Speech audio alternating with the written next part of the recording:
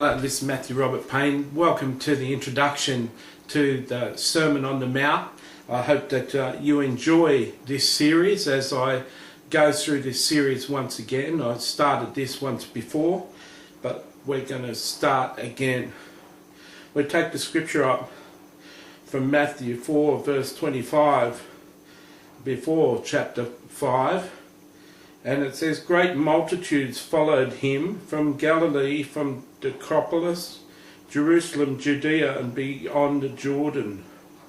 Chapter 5, verse 1, and seeing the multitudes, he went up on a mountain, and when he was seated, his disciples came to him.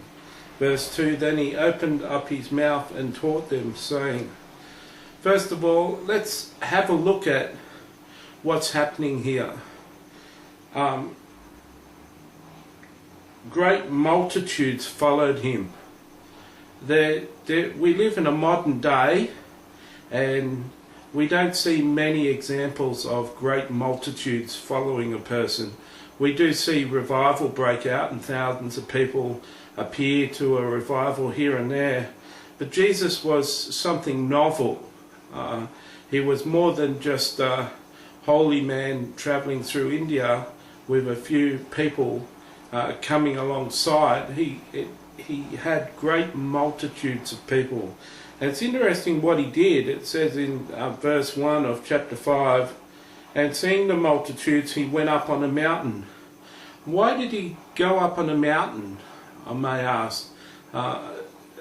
There's reasons for that. One is that when we seated in a higher place without a microphone in those days, your voice could travel downwards down the mountain, and you could cover more people could hear what you had to say. Secondly, and I think the first reason, this is the second one that I mentioned, but I imagine this might be the first reason why he went up on the mountain, is because he wanted only the very keen among them to go up and hear what he had to say. It was a way of working out who was the most desirable, the most keen to hear what he had to say. I don't know many speakers these days that would walk away from their audience. It seems these days that people want to be popular and they want to keep as many audience as they can, and yet Jesus walked up a mountain to siphon out, to straighten out who was really serious from those who weren't. Now the people that did make it, when he was seated, his disciples came to him. So Jesus sat down and his disciples came to him, and so we get a clue here that Jesus is teaching this to his disciples. The Sermon on the Mount is one of the most talked about, one of the most preached sermons in the Bible. So many people talk about the Sermon on the Mount, and it really is in its entirety impossible to keep.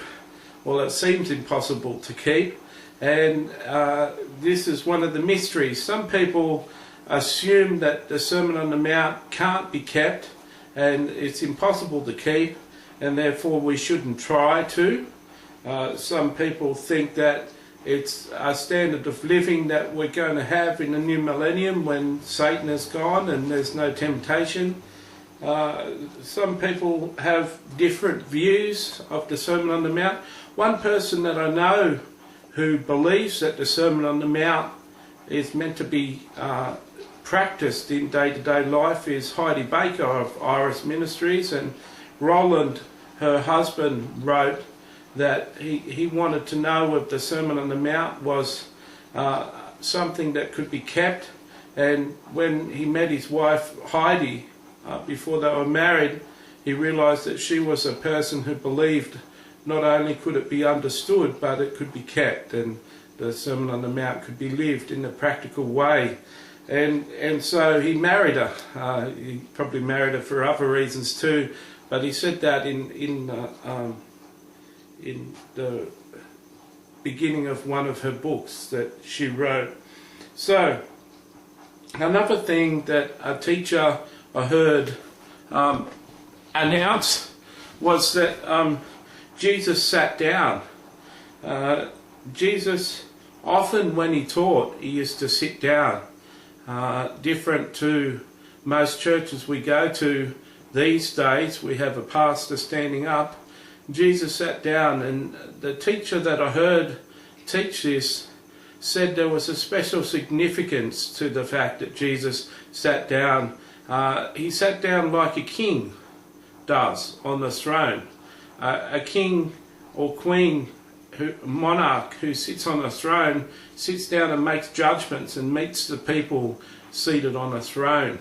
The same too is Jesus. He was aware of the fact that he was the King of Kings, and he used to sit down when he taught.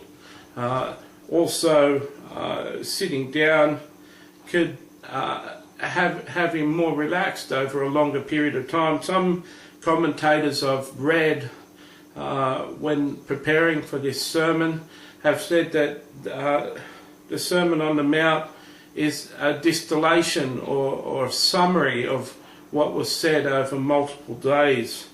Some people think that this went on for a whole day or multiple days, what he taught, and Matthew has just summarised the key points of what Jesus said in the day. We know from the book of John that Jesus said many things, and John says that if everything was recorded what Jesus said and did, the world wouldn't contain the books that would be made if everything was recorded. So we can assume that Jesus could have said more than this on that day. One commentator I read said that the Sermon on the Mount, when read by someone with a pretty good voice, can be read in 14 minutes. And I can assume that Jesus taught on that day more than 14 minutes. It would have taken more than 14 minutes to walk up the mountain, let alone just preach a sermon for 14 minutes. So there we go, a little introduction. Here I am seated. I don't say that I'm anyone like Jesus, the fact that I'm seated to share this message.